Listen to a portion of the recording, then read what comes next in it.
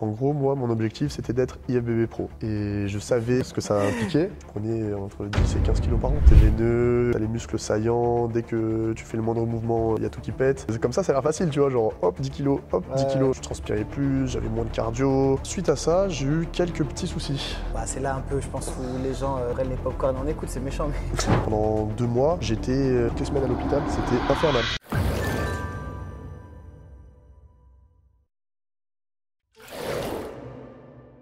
Salut à tous et bienvenue dans cette vidéo. Vous l'avez compris, aujourd'hui on va parler de bodybuilding avec un athlète, un des plus jeunes athlètes IFBB Pro. Tu as eu ta carte pro à 19 ans. Juste avant mes 20 ans, donc super cadeau d'anniversaire. Donc aujourd'hui il va nous parler de son expérience. Vous avez compris, on va parler de bodybuilding et tout ce qui englobe le bodybuilding. Ouais. On va dire tout ce qui est beau dans le bodybuilding et un peu les côtés sombres. Et c'est ça dont tu vas nous parler aujourd'hui. Des problèmes qu'ont pu te causer les produits dopants, etc. Mais aussi ton parcours, ta vision sur le body, le futur, etc. Exactement. C'est parti? On y va. Donc pour démarrer, avant de parler de tout ce qui est body et tout, comment déjà t'en es venu à la muscu? Est-ce que tu étais sportif quand tu étais plus jeune? Voilà. C'est quoi ton parcours un petit peu sportif? Alors moi, j'ai toujours fait du sport depuis mon enfance. Donc j'ai commencé par le judo, après j'ai fait un peu de tennis. Derrière, j'ai attaqué le rugby à l'âge de 6 ans. J'avais un manque de physique, donc je m'étais dit je vais me mettre à la salle pour combler cela. Sauf que je faisais ça tout seul. Donc j'avais pas de coach, je regardais vos vidéos, les vidéos de Thibaut InShape à l'époque, enfin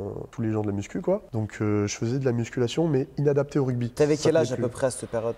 Cette période-là j'avais 16 ans. Une des meilleures périodes pour commencer la muscu entre guillemets. Je prenais entre 10 et 15 kilos par an parce que de base moi je partais de 50 kilos et ah ouais, t'es très sec de base. Ah ouais, moi j'ai commencé, je faisais 1m62 et du coup je me suis lancé à fond dans la muscu. J'ai mis de côté le rugby. Et donc moi, toujours en quête d'objectifs, je m'étais dit, c'est bon, je me lance dans la compétition. Ok, mais tu regardais déjà des compétitions, tout ça? Tu t'aimais bien le posing? T'aimais bien un peu tout cet univers-là? En gros, moi, le posing, un peu comme tout le monde, c'est devant le miroir, je montrais les biceps, je montrais le dos, etc. Mais je me suis vraiment intéressé au bodybuilding et aux compétitions à partir du moment où je m'étais fait ma rupture du tendon du quadriceps. Donc j'étais bloqué chez moi, je pouvais plus faire grand-chose. Et donc à ce moment-là, je me suis intéressé aux compétitions et j'ai découvert le bodybuilding et notamment la catégorie men's physique dans laquelle j'ai concouru par la suite. Men's physique, en gros, c'est fitness model, on va dire, c'est-à-dire exactement. Sec, t'es découpé, t'es volumineux. Du coup, est-ce que quelqu'un de ton entourage t'a inspiré, vraiment mis dans la muscu? C'est toi-même, vraiment tout seul? Il n'y a personne dans ta famille, dans tes amis qui étaient dans le body ou quoi? Mes parents sont également sportifs, mais personne n'a été dans la musculation. C'est au contraire moi qui les ai inculqués. Tu leur as transmis un peu cette passion. Exactement. Qui fait aussi dans ta Exactement. famille. Donc maintenant, mes parents sont inscrits à la salle, mon petit frère il va à la salle. Et pour qu'à 19 ans, tu deviennes comme ça, que tu obtiennes ta carte IFBB Pro, ça veut dire que ça faisait combien de temps en fait que vraiment tu commençais à être passionné? Je sais pas comment ça marche, Tu te proposes en fait pour obtenir la carte? C'est quoi? Faut que tu gagnes un concours? C'est ça. En gros, il faut gagner une compétition qui te permet d'être IFBB Pro. Ok. C'est-à-dire que toutes les compétitions ne permettent pas de passer professionnel. Donc moi, dans un premier temps, j'avais fait une première compétition en France, à Marseille, pour me tester entre guillemets. La première compétition, j'avais 17 ans. Je calculais ma diète en fonction de ce que les autres faisaient et non pas par rapport à mes besoins à moi. Et au final, les images parlent d'elles-mêmes. J'ai réussi quand même à avoir une bonne sèche, une qualité musculaire qui, pour mon âge, était plutôt bonne, avec un physique assez esthétique. Donc, et du coup, c'était des catégories de jeunes ou tu étais mélangé avec des mecs de 30 piges? Moi, j'avais choisi de directement concourir avec tout le monde. Okay. Ça ne m'intéressait pas de junior. Et du coup, les produits pour cette compétition, t'en as pris? Absolument pas. Donc là, tu as fait ta première compétition, tu avais pris 0 produit? 0 produit, parce que je voulais me tester en fait. Et tu pèses combien là sur les photos?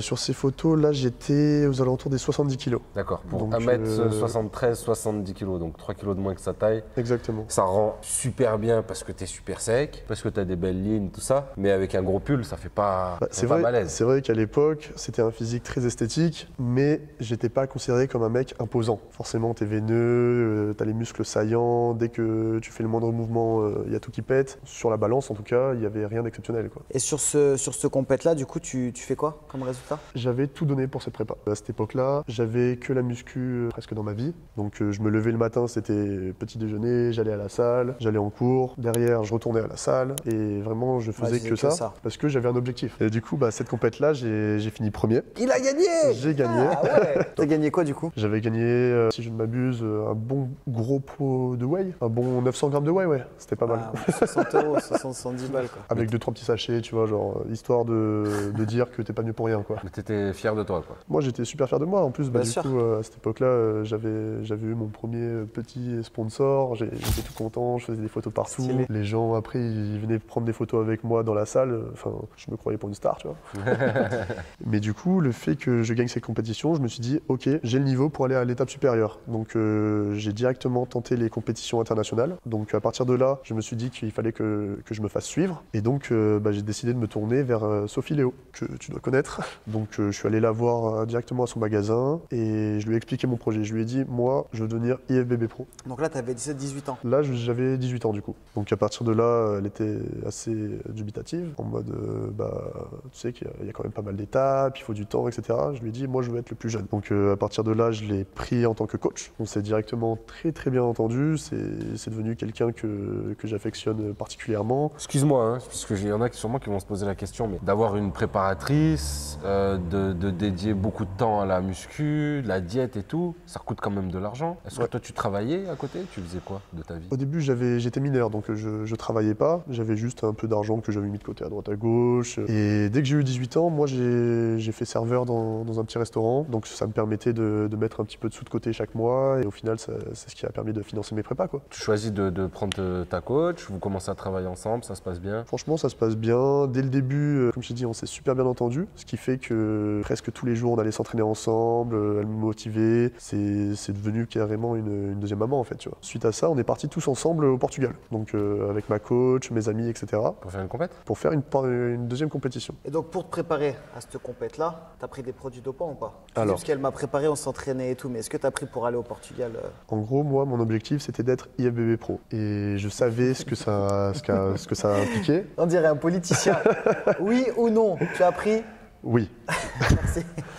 C'est un politicien. Je savais ce que à l'heure actuelle, pour être FBB Pro, on sait ce que ça ouais, implique. tu le savais, mais je veux dire, Voilà. avant d'aller la voir, tu savais que de toute façon, si tu voulais ta carte pro, tu allais prendre des Oui. produits, tu le savais. Je veux dire, Clairement. t'es pas dans l'ignorance Clairement. ou le déni, et personne, enfin, on va dire personne l'est. Mais... Non, moi je savais très bien dans quoi je m'embarquais. Donc on a établi un plan tous les deux. On a commencé la prépa. J'ai tout de suite très bien répondu. Ce qui fait Du coup, excuse-moi, c'était une prépa sur combien de temps avant le Portugal? Point de vue produit dopant, je parle pas de training, parce que le training tu l'as continué, mais. Produit dopant, ça devait être 2 mois et demi, 3 mois avant. Ok. C'était vraiment ma première Court, mais t'as cure. très bien réagi. C'était ma première cure, donc vraiment c'était des doses de bébé. Donc j'avais pas besoin d'énormément de produits, étant donné que en plus j'étais jeune, Ouais, tu réagissais bien. que je réagissais bien, donc c'était le strict minimum. Donc là, bien sûr, on te voit en prépa, juste avant la compète Style Portugal. Maigrichon avec toi? Je sais pas, je l'avais vu, il avait un t-shirt body time, Et je crois, c'est une des premières fois où on s'est croisés à la salle. Ouais, effectivement. Je me suis dit, mais c'est qui ce monstre? Et après, tout le monde est venu me dire, mais tu sais pas quel âge il a, machin. Donc là, ouais, t'avais 18 ans. Là, j'avais 18 ans, j'étais sur du coup ma prépa pour Olympia Portugal, c'était le nom de la compétition. Donc j'avais pris. Putain. Et à 18 ans, il me bouffe. J'avais pris, Ouais, t'avais déjà un gros physique, j'avais quoi. déjà pris une dizaine de kilos en fait. Donc franchement, je réagissais très bien. Ah, t'es là, genre, t'étais à 80-82 kilos. Ouais. Je m'étais bien étoffé. Regardez bien la photo, parce que pour les gens, ça peut paraître fou. C'est que je suis plus lourd que toi, là. Ouais. Et de, je pense, 2-3 kilos. Au moins. Tu vois à quel point il rend massif, quoi. Ok, du coup, donc là, ta première cure sur 3 mois, t'as pas eu d'effet indésirable, Absolument pas. de Rien. problème pendant ces 3 mois. Aucun problème. Toi, il y avait juste du kiff, tu sentais, et la force, tu prenais de la force. Je prenais de la force, je prenais de la masse. Et poids de corps, genre, tu dis t'as pris 10 kilos, mais t'as pris les 10 kilos en 3 mois? Oui. Ouais, c'est énorme. Comme vous pouvez le voir, T'avais gardé ton short fétiche. Ah mais ça c'est vraiment comme tu le dis mon short fétiche. Dès que j'ai mis ce short là, j'ai fait des bonnes places, j'ai performé en compétition. J'en ai testé un autre à un moment, moins bien. Tu te rentres dans les fesses, là? Il rentre Ouais, c'était pas le top, ça grattait et tout. Du coup, vu que c'était ma première compétition internationale, j'avais décidé du coup de faire la catégorie junior, donc moins de 23 ans, et la catégorie senior. En junior, ça veut dire que toutes les tailles sont mélangées, alors qu'avec les Ouais, seniors, c'est par c'est taille par taille, 1m73, 1m76, etc. Et donc j'avais fait 4e en junior et également 4e en senior. Ok, ce qui d'accord. en soi était un très bon résultat, sachant que j'avais 18 ans, que c'était seulement ma 2e compétition. Mais pour moi, c'était pas assez du tout. Bah, Toi, sachant t'avais que vécu ça comme junior, un échec. Je suis sorti de la compétition, j'ai appelé mes parents en pleurant, tu vois, genre j'étais là en mode putain, genre j'ai fait tout ça pour rien. Je m'en rendais pas compte, mais c'était déjà énorme de ce que j'avais fait. ouais, tu fais quoi par la suite en rentrant? J'ai beaucoup laissé reposer le corps, toujours en m'entraînant bien sûr, mais beaucoup moins lourd, beaucoup moins d'intensité parce que bah, c'est quand même quelque chose qui abîme le corps. J'ai pris du temps pour moi et derrière, j'avais directement l'objectif de refaire une compétition et cette fois-ci, vu que j'avais goûté au niveau international, entre guillemets, là j'y allais pour gagner. J'avais pas d'autre issue, si je gagnais pas, c'était... T'arrêtes.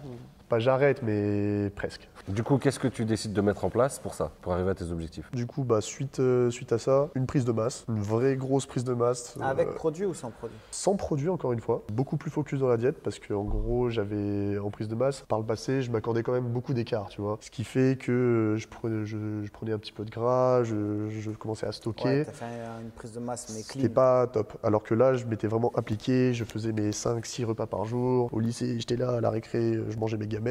Vraiment, j'étais très assidu. Et au final, bah, ça a payé parce que j'ai encore pris 10 kilos, mais cette fois-ci de manière qualitative, qui m'a permis derrière de faire une bonne sèche et de décrocher ma carte pro, quoi. D'accord. Donc pour la sèche, là, tu as remis les mêmes produits que tu avais mis pour l'autre? Exactement, Pareil. exactement les mêmes. Pas plus? Pas plus, pas moins, genre juste c'était on recyclait un petit peu, donc toujours les mêmes choses. Donc ça, c'était un an après, t'avais 19 ans. Ouais, j'avais 19 ans et en plus c'était l'époque du confinement, donc c'est-à-dire que je m'entraînais chez moi, je m'entraînais un peu Ouais, comme il y a je des pouvais. images là, tu nous montrais. Ouais. Donc toi, t'as pas lâché pendant le confinement? Sachant que j'avais mon objectif qui était en octobre, donc pendant tout le confinement qui était avril, mai, un truc comme ça. Ouais, c'est ça, de mars à mai. ouais. J'étais chez moi, toujours j'avais repris mes haltères de chez mes parents, ma barre de traction et dans mon appart je faisais Et en, des et séances, en quoi. octobre 2020, tu as pu faire la compète. J'ai pu faire ma compète. Parce qu'il y a plein de compètes qui ont été annulées avec le Covid. Il y a plein d'athlètes qui ont arrêté aussi les compètes parce qu'ils se sont dit, putain, c'est trop chiant, ça m'a niqué. Ouais, ou il y en a qui s'entraînaient plus. Hein. Ouais, Il y en a quand ils ont plus accès à une salle, ils cherchent pas d'alternative ou quoi, hein, ils arrêtent. Bah, là où j'ai eu de la chance pour cette compétition-là, c'est que la compétition avait eu lieu en Espagne et que là-bas, les règles étaient un peu différentes. Ah ouais. Ils permettaient de faire des compétitions, de regrouper des personnes, alors qu'en France, on n'avait pas le droit. Entre guillemets, les athlètes français partaient avec un désavantage parce que les salles tu étaient fermées chez nous, t'entraînais pas, ouais. alors que les salles en Espagne, par exemple, elles étaient ouvertes. Et donc, tu te refais la même prépa, toujours la même coach, prise de masse, derrière, tu te fais une sèche avec les produits, pas d'effet négatif. Tu arrives d'effet là-bas, négatif. t'as combien en poids de corps? À ce moment-là, j'étais à 86, Ok, 87. donc plus 4-5 kilos par rapport au Portugal. Voilà, mais très qualitatif. C'est-à-dire que Ouais. j'avais un muscle beaucoup plus dense, beaucoup plus dur, donc toujours avec la taille très fine. Je m'étais élargi au niveau des épaules, donc un V encore plus imposant, ce qui faisait que j'avais vraiment un physique digne pour passer pro, entre guillemets. Ouais, ouais. Et donc, ça se passe en Espagne. En Espagne, à Alicante. Donc pareil, je m'étais inscrit à la fois en junior et en senior. Ok. Cette fois-ci, c'était sur 2 jours. Donc premier jour junior, je passe, tout se passe bien, je gagne ma catégorie. Ok. Sachant que junior, c'est jusqu'à 23 ans. Donc, Exactement. tu as 19, mais tu as des mecs de 22-23 ans qui Exactement. ont plus d'années aussi derrière et tout. Donc, 19 ans, tu gagnes, c'est beau. Moi, après, j'étais assez sûr de mes forces, entre guillemets, sans entre guillemets, péter plus haut que mon cul ou Ouais, autre. ouais, ouais. Je savais ce que je valais, donc j'ai gagné junior. Le lendemain, c'était la compétition senior, donc cette fois-ci, j'avais rechargé encore un peu plus, tu vois, parce que bah, juste avant les compétitions, on Ouais. remange, histoire de gonfler, entre guillemets. Tu sais, il se Ça, passe devant l'autre. ça cherche le regard des Ouais, sur des juges. gamins, tu sais. Bah, au final, je gagne ma catégorie et donc je passe à l'overall. C'est un line-up où tu as tous les gagnants. C'est-à-dire Ok, le gagnant par de catégorie. 1m69, 1m73. Ils font quoi après? Ils choisissent le gagnant des gagnants? Exactement. Et donc en gros, à l'époque, à Olympia amateur, il y avait 3 cartes pro éligibles. J'ai eu de la chance, enfin de la chance entre guillemets. J'ai réussi à être parmi ces 3 personnes-là. Donc t'étais parmi les 3 meilleurs physiques de la journée, quoi. Exactement. Et donc bah, je suis passé IFBB Pro, donc à ce moment-là c'était la consécration. Genre, je travaillais pour ça. Enfin, Mais il y en a déjà eu un plus jeune que toi ou non? il y a déjà eu quelqu'un de plus jeune, c'était un Égyptien qui a eu sa carte pro à 18 ans aussi, un truc comme ça. Là-bas, tu obtiens ta carte pro, t'es affolé, tu rentres en France, il se passe quoi après? Il se passe quoi? Bah, déjà, ça m'a permis de décrocher un sponsor. Je suis passé pro, donc forcément, forcément un peu plus de notoriété, les gens viennent te voir, même autour de moi à la salle, etc. Tout le monde vient reconnaître en fait ton travail, donc forcément ça fait plaisir, mais je n'en vivais pas en fait. Tu passes athlète professionnel, mais tu ne vis pas de ta passion. Donc à côté, moi j'ai continué mes études. C'est-à-dire ton sponsor, il te rémunère pas Non, j'avais le droit de quoi vivre, quoi. J'avais le droit à mon pot de prot tous les mois, tu vois, mais sans plus. Ce qui fait que j'en vivais pas, j'ai dû continuer mes études à côté parce que on sait pas de quoi demain est fait, donc faut assurer ses arrières. Et suite à ça, je m'étais dit l'année prochaine, je concours chez les pros. Donc pareil, on repart sur une prise de masse, sur une sèche. Cette fois-ci, pour cette prise de masse-là, on avait pris des produits. J'étais passé IABB Pro. Pour moi, maintenant, il fallait chercher le haut niveau. Donc clairement, je visais Olympia, tu vois. Donc, Par exemple, c'est le haut niveau, un mec d'un mec 73. C'est quoi à peu près son poids de corps en imaginant bien sûr qu'il est très sec? Pour être compétitif, il fallait que je passe les 90 kilos. Ok, ouais, tu voulais quand même encore en prendre 5-6 de masse maigre, quoi. C'est ça, c'était important pour moi parce que, en gros, suite à ma carte pro, le lendemain, il y avait les professionnels qui passaient. Et vraiment, je m'étais rendu compte du niveau. J'étais là en mode. T'étais allé le voir, tu t'es dit, ah ouais, je suis loin encore. Je regardais mes épaules, je regardais mes bras, j'étais là en mode, putain, c'est vers ça qu'il faut que je tende. Vu que j'avais gagné, la motivation décuplée, donc je me suis directement remis dedans à fond, et puis j'ai pas lâché, quoi. Donc là, tu continues à grossir, prendre du muscle et tout se passe bien. Exactement. Et du coup, comme je te l'ai dit, pour cette prise de masse, j'avais pris des produits. Prise de masse qui avait encore une fois bien fonctionné parce que j'avais pris une dizaine de kilos encore une fois. Donc juste, on n'est pas là pour faire un tuto, on va pas parler ni des marques, ni des doses, ni machin, mais savoir que ce que tu prenais comme produit jusqu'ici, tu avais pris quoi? Tu avais pris des stéroïdes? Oui. Pour tes 2 sèches, donc pour conserver au maximum ta masse musculaire, sécher, et voilà, prendre un peu de muscle encore. En gros, il faut savoir que là, je prenais de la testo, mais du coup, un ester différent qui était. En gros, il y a des esters courts et des esters longs. Donc là, j'étais parti sur des esters longs qui sont un peu plus considérés que pour la prise de masse. Il faut savoir qu'il y a les stéroïdes, donc la testostérone de synthèse, l'hormone de croissance et l'insuline. Ouais. Donc toi, l'hormone de croissance, insuline, pour l'instant, tu n'as pas touché. J'ai pas touché. Donc là, tu continues, ok, prise de masse, comment ça se passe? Franchement, je me développe tranquillement à mon rythme, je reprends encore mes 10 kilos. Tu sais, c'est comme ça a l'air facile, tu vois, genre hop, 10 kilos, hop, 10 kilos, mais en vrai, c'est énormément de boulot, c'est manger. Et ça, on n'en parle pas assez, mais manger, c'est vraiment l'étape la plus dure, en fait. Tu vois, parce que manger souvent et en grande quantité. C'est ça. Et se forcer à manger, en fait, quand t'as pas faim, dites-vous que c'est beaucoup plus dur que de se restreindre quand t'as faim. Et donc, tu montes, on va dire, en prise de masse combien? 95 kilos à peu près? À ce moment-là, j'étais monté à 96, 97. Donc là, c'était vraiment le plus lourd que j'ai été. Et déjà, à ce poids-là, je commençais à ressentir que mon corps était lourd. Je transpirais plus, j'avais moins de cardio. Même au quotidien, je me sentais lourd, pas forcément au top de ma forme en fait. J'étais au top physiquement pour le body. En termes de muscu santé, ouais non, j'étais pas au top. Là, à cette époque-là, je devais être aux alentours des 92, 93 kilos. Et est-ce donc, que toi, excuse-moi, je te coupe, mais ça me fait penser, est-ce que toi déjà, ça t'inquiétait un peu de prendre ces produits ou je suis obligé pour la compète et tu te posais pas plus de questions, ou quand tu les prenais, tu te disais putain, j'espère que je n'aurai pas de problème? Moi, je savais dans quoi je m'embarquais. Donc, j'étais prêt à tout pour atteindre mon objectif. Par chance, j'ai pas eu de problème de santé jusqu'à présent là. Donc là, jusque là, moi, ça allait bien. Je voyais la vie en rose, etc. Tu vois. Ton entourage, il voit pas d'inconvénients. Tes parents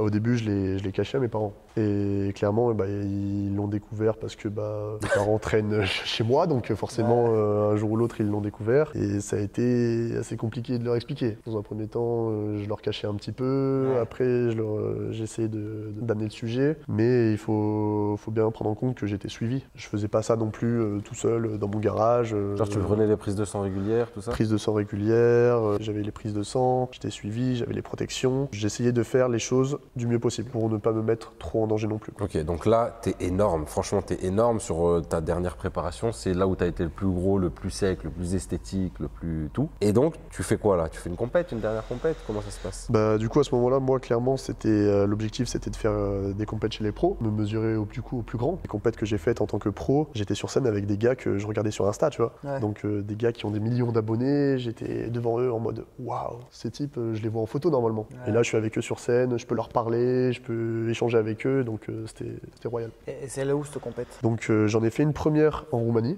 et 2 semaines plus tard, je suis allé en Espagne, à Alicante encore une fois, pour enchaîner, parce que du coup, quand tu fais des prépas, tu essayes de grouper un peu les compétitions Ouais, tant qu'à pour faire, ne pas être sec toute l'année. Là, j'avais fait une grosse sèche pour 2 compétitions, Ok. qui avaient des dates assez proches du coup. Et du coup, ça se passe comment en Roumanie? En Roumanie, en gros, ça c'était ma première expérience chez les pros, donc très stressé. Là, pour le coup, c'était la première fois de ma vie que je ressentais réellement le Ah stress, ouais. tu vois, parce que Il y avait un enjeu derrière. il y avait un enjeu, enfin, c'était pas Ouais. le prime, parce que il y avait un ensemble de choses qui faisaient que j'étais pas bien mentalement, j'étais pas serein mentalement en fait. Cette compète-là, j'ai fait 3e call-out, donc aux alentours de la 15e place. C'était bien. Donc suite à ça, on a eu le feedback des juges. Du coup, après chaque compétition, tu essaies d'aller voir les juges, voir qu'est-ce que Ok. tu pourrais améliorer, etc. Et du coup, c'est quoi qui a pêché ce jour-là? Ce jour-là, j'étais pas assez volumineux, pas assez rond.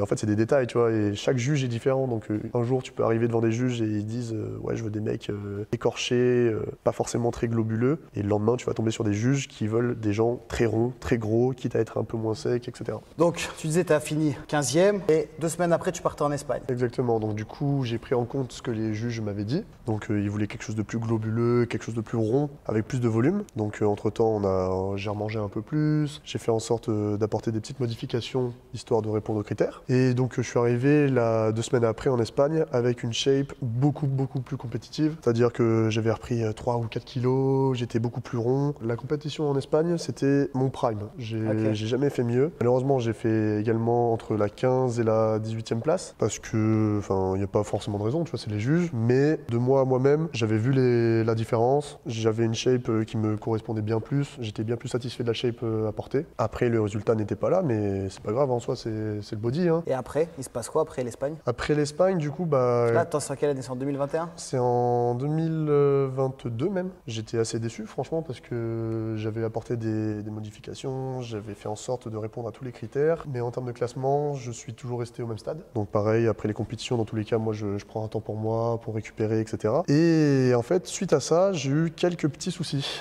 du coup. C'est là un peu, je pense, où les gens prennent les pop-corn et on écoute, c'est méchant, mais c'est, on va dire, à cause des produits. D'après les médecins, ça a joué. Ok, ah ok, Ils d'accord. peuvent pas le confirmer à 100% parce que c'est des choses qui peuvent aussi arriver de manière naturelle. D'accord, ok. C'est-à-dire que j'ai eu des kystes. C'est quelque chose qui peut arriver de manière naturelle, mais là, ils étaient placés à des endroits... Où tu te piquais. Clairement. Bon. Il y avait, Il y a quand il y même, avait un c'est- lien, clairement. le lien, il est quand même assez vite fait. Hein. Donc, Ok, il y a des gens qui ont des bien sûr. kystes de manière naturelle, Bien mais sûr. pas spécialement surtout localisés là où toi tu te piquais où? Les fesses? les fesses, ouais. Et c'est là où j'avais eu mes kystes. Et c'est ça, c'est que ça a commencé, ça s'est enchaîné. C'est-à-dire que j'allais à l'hôpital me le faire enlever. Et tu prenais plus rien là, enfin tu te piquais Je ne plus à ce prenais plus moment-là. rien. Je prenais Ouais, plus donc rien. c'est un retardement. Exactement. Donc je prenais plus rien. Je suis allé à l'hôpital une première fois pour me le faire enlever. Derrière, je rentre chez moi. Je devais partir en Espagne. La veille, il revient. Donc un tour aux urgences en panique le soir même. Et ça m'a fait ça 5-6 fois d'affilée. C'est-à-dire que pendant 2 mois, j'étais toutes les semaines à l'hôpital pour me faire enlever des kystes. C'était infernal. Et Et t'asseoir?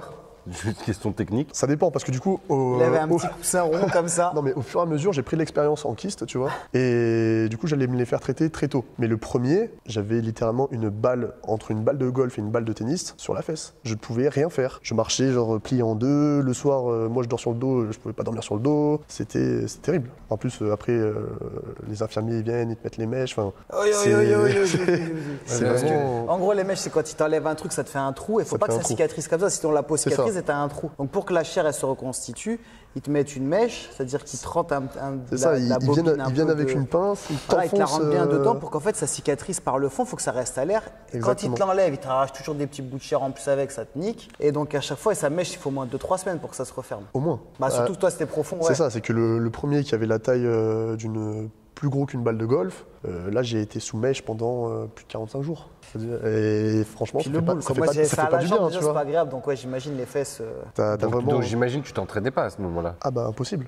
Impossible de m'entraîner. Forcément, c'est un point négatif. Ce dont on parle pas assez, c'est des points négatifs mentalement que ça engendre, tu vois. En fait, c'est vrai que jusqu'ici, quand on t'a posé la question, tu nous as dit pour l'instant, toi, tu n'avais aucun effet secondaire. C'est Donc ça. pour moi, j'en ai déduit que ça n'avait ni mental, ni. C'est que personnellement, moi, ça me touchait pas parce que c'était ma vie. J'étais à fond dans mon truc. Je vivais l'instant présent, tu Et on vois. te prévenait, on te disait, ok, là, tu vas prendre tel produit, ça va te rendre un peu comme ci ou comme ça. Oui. Ou plutôt, quand tu vas arrêter, tu vas te sentir comme ci, comme ça. Non, moi j'étais pleinement conscient des risques, mais après, forcément, moi qui ai la tête dedans, je me rendais même pas compte que je faisais des actions des fois qui étaient bizarres un peu, tu vois. Ah ouais, genre. Bah, c'est-à-dire que je m'énervais très rapidement, je me tapais des crises des fois, genre sans raison, tu vois, genre même des fois un peu de boulimie, tu vois, parce que bah, je suis en diète depuis je sais pas combien de temps, et d'un coup, genre, je vois un truc, je suis là en mode, putain, je vais taper une chips, 2 chips, je me tape 3 paquets, tu vois, et au final, après, du coup, bah, pour me punir, bah, je vais aller courir je fais 2 heures cardio, tu vois, pour me punir. Et après, même avec mes proches, etc. Tu fouettes en même temps que tu cours. Ah, mais le truc, c'était terrible, hein. Fallait le punir. Je Fallait le calculais punir. tout. Ça Ah faisait ouais, vraiment ça ça. devient obsessionnel, Je bien sûr. fais, je fais un petit écart, je vois que j'ai mangé 50 calories en plus, et bah punition, tu vas dépenser tes 100 calories, tu vas aller courir, et puis voilà.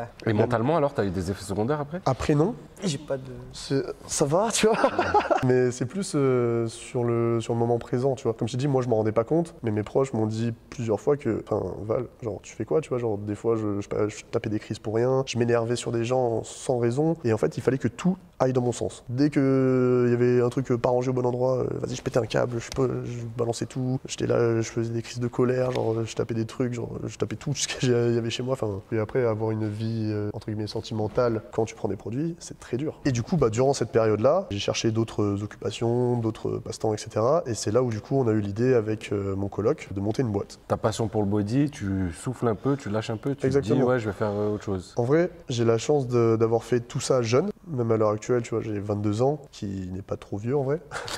Ça commence, hein. Donc je peux me permettre de consacrer mon temps à autre chose. Comme je te l'ai dit, là j'ai monté mon entreprise, j'ai délaissé le côté compétition, mais je continue à m'entraîner pour moi. Donc vous retrouvez en barre d'infos ce qu'il a créé en gros. Moi je suis un fan de cidre en plus. Ouais. Toi tu fais du cidre, mais c'est du cidre aromatisé, du cidre festif. Exactement. Et dans des petites bouteilles, style bouteille de bière. Tu nous en Exactement. as ramené là, on va goûter. On a monté du coup Teddyfir qui est une alternative à la bière, donc à base d'alcool fermenté, mais sans malt ni houblon, donc on n'a pas l'amertume d'une bière. Derrière on y ajoute un petit cocktail de jus, d'arômes et de plantes, et le tout pétillant. Donc c'est en petite bouteille qu'on boit de manière... Juste avant De manière en prise neutre, c'est ça, tu vois, genre toujours penser à contracter un peu le biceps voilà. en la buvant, mais du coup on a monté ça, et puis à l'heure actuelle, bah, c'est ce qui nous prend tout notre temps, et c'est devenu une passion en vrai. Hein. Ok, eh ben, écoutez les amis, si on peut lui donner de la force et l'éviter de se faire trifouiller les fesses. Non, je rigole, mais voilà, en tout cas, force, en tout cas, fallait du courage quand même pour venir Bien sûr. raconter tout ça, parce que bon, pas tout le monde a On va envie. mettre les photos hein, des kystes et tout. J'en ai si tu veux. Non, merci. ça va. Bien sûr, Valentin, bah, bravo à toi, bravo pour ce que tu as accompli aussi à un si jeune âge. Merci. On espère que bah, ça va cartonner, on espère que vous allez commander ou vous allez lui donner de la force. Et puis, à l'occasion, quand tu veux, hein, pour une petite séance ici, avec plaisir. Bah écoute, j'attends votre invitation, et puis lorsque j'aurai retrouvé un physique décent, je viendrai me venger du ping-pong. Ça, je pense pas, mais on va faire une séance avec plaisir. Il n'y a pas de souci. Pensez Bon. bien sûr à vous abonner, à partager, liker, tout ça, la famille. On vous dit à très vite. Et surtout d'ici là, Gardez la pêche.